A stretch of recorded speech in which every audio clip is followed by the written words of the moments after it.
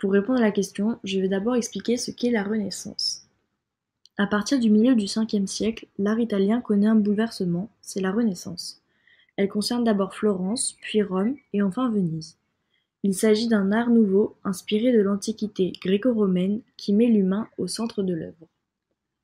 La chapelle Sixtine, appelée originellement chapelle de Sixte, est un édifice religieux de la Renaissance, bâti au milieu des palais pontificaux du Vatican par le pape Sixte IV entre 1477 et 1483.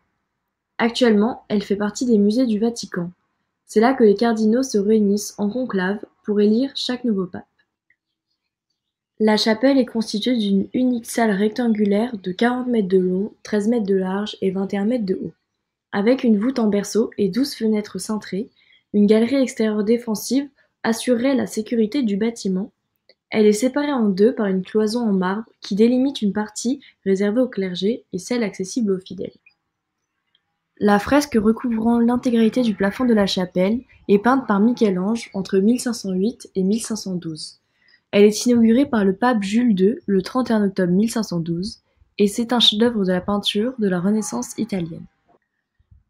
Michel-Ange, de son vrai nom Michelangelo Buonarroti, est un artiste italien de la Renaissance.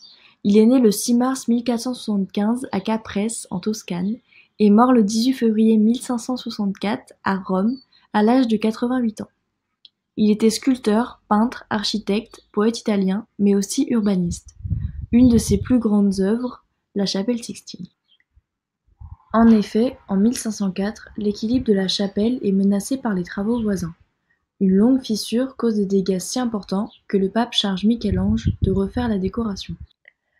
Cette chapelle doit sa notoriété internationale en partie grâce à son exceptionnelle décoration peinte. En effet, l'immense fresque du Jugement dernier, réalisée entre 1536 et 1541 sur le mur de l'autel, est l'un des plus grands chefs-d'œuvre de la Renaissance italienne. Pour conclure, la chapelle Sixtine est en effet un chef-d'œuvre de la Renaissance italienne, en partie grâce à sa fresque et à ses réalisateurs.